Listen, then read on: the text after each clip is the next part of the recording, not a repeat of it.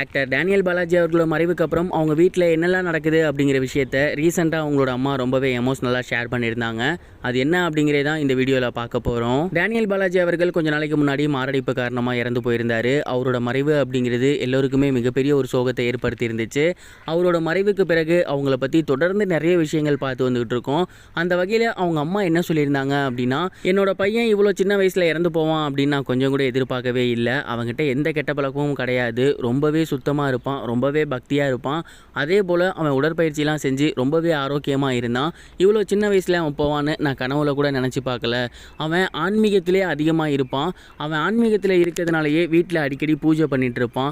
இப்போ அந்த நினப்பு தான் எனக்கு அடிக்கடி வருது. பூஜை அறையை பார்த்தாலே என் பையன் நினப்பு தான் வருது. அண்ட் அது மட்டும் இல்லாமல் அந்த வீட்டில் எங்கே பார்த்தாலும் என் பையனை பார்க்குற மாதிரியே தான் இருக்குது. அவனோட ரூமுக்கு போனால் எனக்கு அவன் இருக்க மாதிரியே தான் இருக்குது. அவன் இங்கே தான் இருக்கான் அப்படிங்கிற மாதிரியே தோணுது அப்படிங்கிற மாதிரி ரொம்ப எமோஷ்னலாக ஷேர் பண்ணியிருந்தாங்க.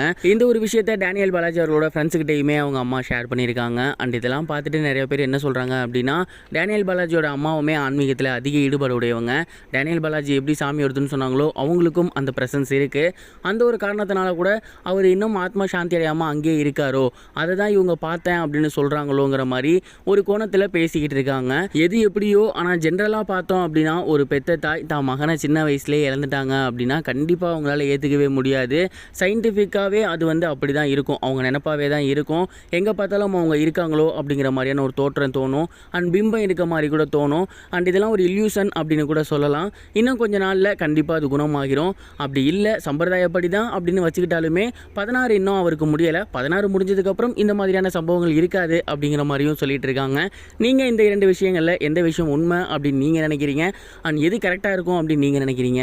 உங்களோட தாட்டை கமெண்ட் பாக்ஸில் ஷேர் பண்ணுங்கள். இது ஒரு புறம் இருக்க விஜய் டிவியில் ரொம்பவே சூப்பராக போய்கிட்டு இருந்த சீரியலை இழுத்து மூட போகிறாங்க அப்படிங்கிற தகவல் வெளியாகி எல்லோருக்குமே மிகப்பெரிய ஒரு சோகத்தை ஏற்படுத்தியிருக்கு. விஜய் டிவியில் ரொம்ப நல்லபடியாக போய்கிட்டு இருந்த சீரியலில் முக்கியமான ஒரு சீரியல்னால் தமிழும் சரஸ்வதியும் சொல்லலாம். இந்த ஒரு சீரியலில் தீபக் அவர்கள் தான் ஹீரோவாக பண்ணியிருந்தார். நட்சத்திரா அவர்கள் ஹீரோயினாக பண்ணியிருந்தாங்க. இந்த சீரியலில் ஏகப்பட்ட திரை நட்சத்திரங்கள் நடிச்சிருந்தாங்க. சீரியல் ரொம்பவே சூப்பராக போய்கிட்டு இருந்துச்சு, பீக்கில் இருந்துச்சு அப்படின்னு தான் சொல்லணும். ஆல்மோஸ்ட் 2 வருஷத்தை தாண்டி இந்த ஒரு சீரியல் போய்கிட்டு இருக்கு. இந்த ஒரு நிலையில் இந்த சீரியலுக்கு கூடிய சீக்கிரத்தில் சுபம் போட போகிறாங்க அப்படிங்கிறத அஃபிஷியலாக அந்த ஒரு சேனலே ஷேர் பண்ணியிருக்காங்க. அண்ட் இதில் ஒர்க் பண்ணியிருந்த நடிகர் நடிகைகளுமே அவங்களோட சோஷியல் மீடியா பேஜில் ஷேர் பண்ணியிருக்காங்க. கண்டிப்பாக இந்த நாடகத்தை மறக்கவே மாட்டோம். இந்த 3 இயர்ஸ் அப்படிங்கிறது எங்களால் மறக்க முடியாத ஒரு நாட்கள். இந்த டீமை ரொம்பவே மிஸ் பண்ணுவோம் அப்படிங்கிற மாதிரி நிறைய பேர் அவங்களோட சோஷியல் மீடியாவில் போட்டிருக்காங்க. அண்ட் இதை பார்த்ததுக்கப்புறம் ஏன் இவ்வளோ சீக்கிரம் முடிக்கிறீங்க அப்படிங்கிற மாதிரியும் கேள்வி வருது. இதுக்கு மேலே அதில் இழுக்க ஒன்றும் இல்லை அப்படிங்கிற மாதிரி நான் நினைக்கிறேன். நீங்கள் இந்த சீரியல் முடிய போகிறத பற்றி ஃபீல் பண்ணுறீங்களா? கமெண்ட் பாக்ஸில் ஷேர் பண்ணுங்கள். இது வரைக்கும் கனெக்டிங் டிவிக்கு சப்ஸ்கிரைப் பண்ணனா மறக்காமல் சப்ஸ்கிரைப் பண்ணிக்கங்க. உடனடி அப்டேட்ஸ் பெறுவதற்கு நோட்டிஃபிகேஷன் பெல்லையும் கிளிக் பண்ணிக்கங்க.